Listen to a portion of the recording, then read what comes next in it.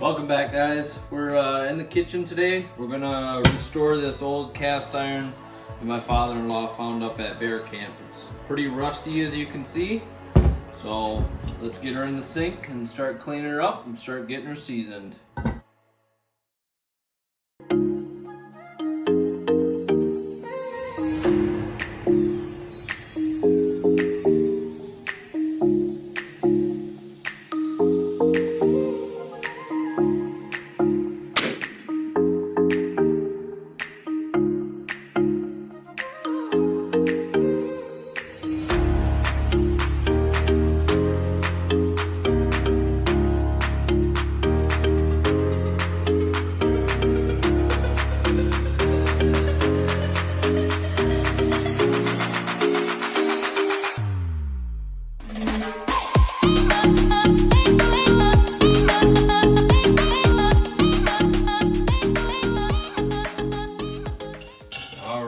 So basic cleaning, I guess, is we're just gonna use Mr. Daddy sponge, I think, or a happy face sponge thingy with some dish soap and some hot water just to start by cleaning it.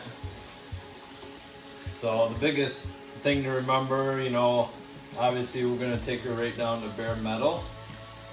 So the best thing to remember when you're doing that is you gotta put a ton of coats of seasoning on there. So we'll get this all cleaned up. A little bit of rust on it, but not horrible. More or less the rust. It is a little bit of surface rust, but not too bad. So we gotta hit her with some sandpaper. We'll hit her with some sandpaper, no big deal. So you can tell whoever had this didn't really season it well, because the bottom of this is barely black with any seasoning on it. So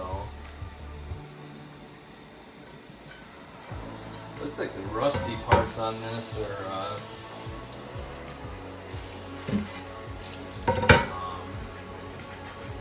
or something. I don't know.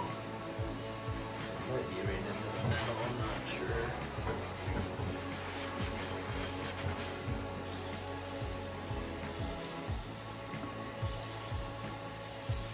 We got the oven preheated 450 degrees.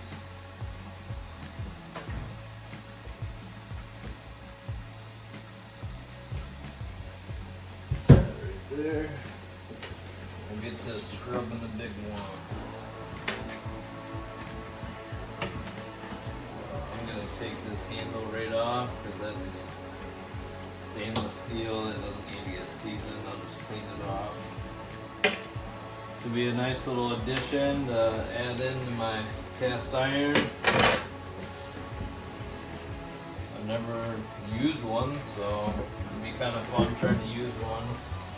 So I'll get this all cleaned up, and I'll see you guys when we start getting her seasoned up.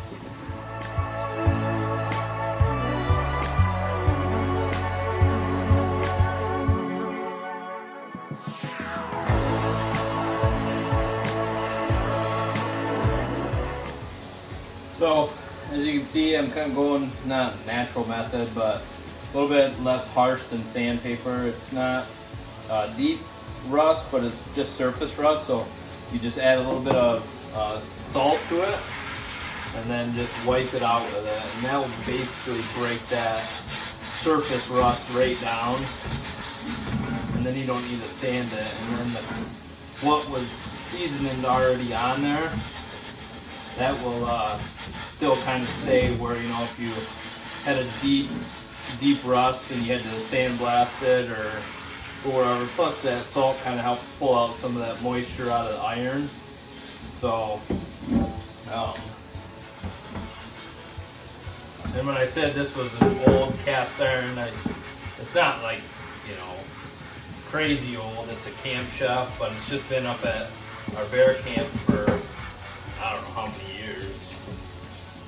Somebody left there and they were cleaning out, and my father-in-law knew I liked using cast iron, so he asked if I wanted it, and I said, heck yeah.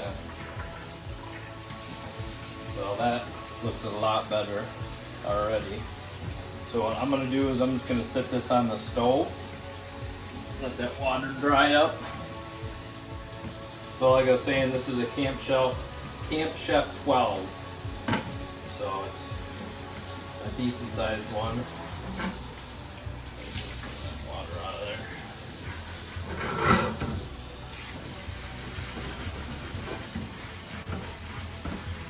So this style of Dutch oven, I guess you would call it, has a reversible lid.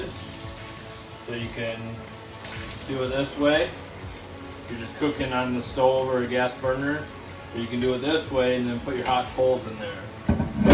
So it looks like they did coals in this, but again, I'm not that worried about this lid, just because the food doesn't really touch it, but still gonna season it and everything.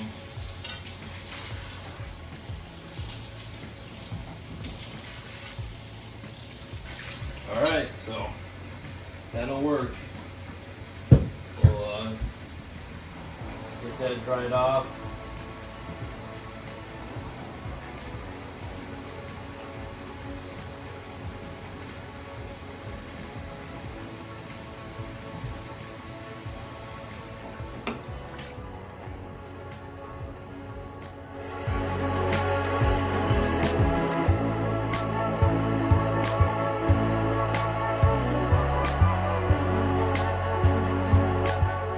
Alright, so you can see there it dried off. I mean, it was maybe 3 minutes.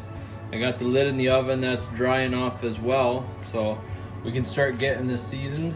I think probably the best way to do it is to pour a little bit in, wipe it all down. I got my seasoning rag. I use this.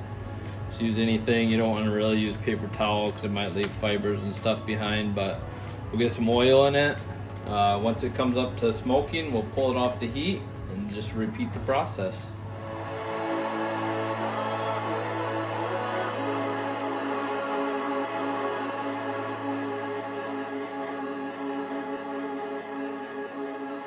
Alright, so I don't know if you noticed or not, but I put that pot in upside down like that.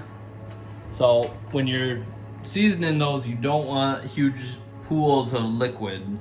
That's really important, because if you get to big pools of liquid, then you're gonna have uneven coats on it. So if you tip it upside down like that and you don't have a ton of pools, it's not gonna make a huge mess in your oven. Ours needs cleaned anyways, so it's not a huge deal, but you wanna make sure you do both sides, in and out. If you don't do the outside, that could rust. Also make sure you're using some decent oven mitts. These probably aren't the best because they're the silicone and they get slippery when you get oil on them. So we'll let that go for about 20 minutes. We'll pull them out, let them cool, and then we'll reapply the seasoning. So keep hanging, guys. All right, guys, and since that oven's on, we're gonna kill 2 birds with 1 stone, and I'm gonna get dinner going. I'm just gonna make a quick and simple breakfast casserole. So it's got shredded hash browns. We're using just some turkey sausage or veggie sausage, cheese, onion, pepper, and an egg.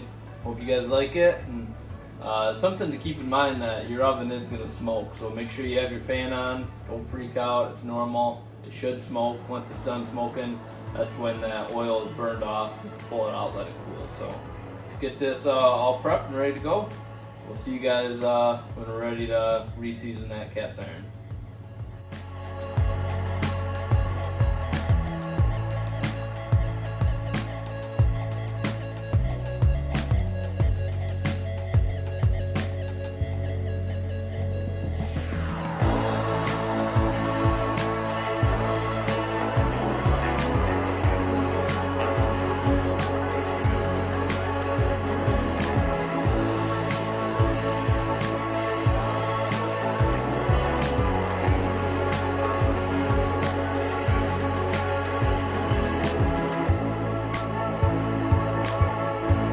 Alright guys, that is the finished assembly of the breakfast casserole. Like I said, there's hash browns, peppers, onions, eggs, veggie sausage, and topped with cheese and feta cheese. So that'll go in the oven at like 375 for about 30 minutes. And yeah, we throw that in about half an hour. So let's check on this, see if she's done. So you can kind of see the smoke coming out right there.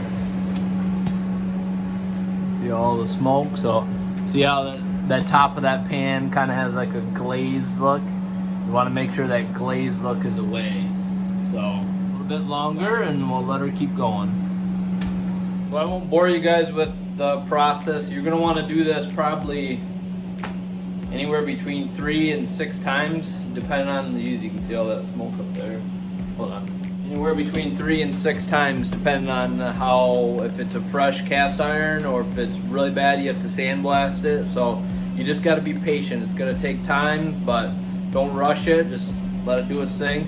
We'll get this all seasoned up, and then maybe on my next video, maybe I'll take that down to Ohio and we can cook some stew or something on it when we're down deer hunting. If we shoot a deer, maybe we can throw some venison in it and do some like venison and noodles or something. So I'll show you guys the final product, but I do appreciate you guys watching. Make sure you hit that thumbs up button for me.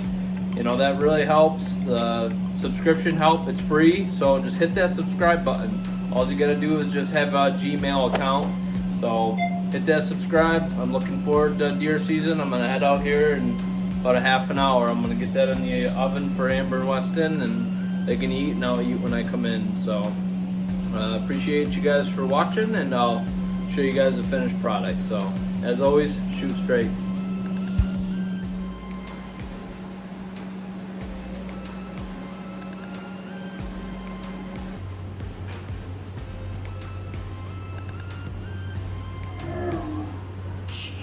Smoke it just a little bit, but work. This looks pretty nice.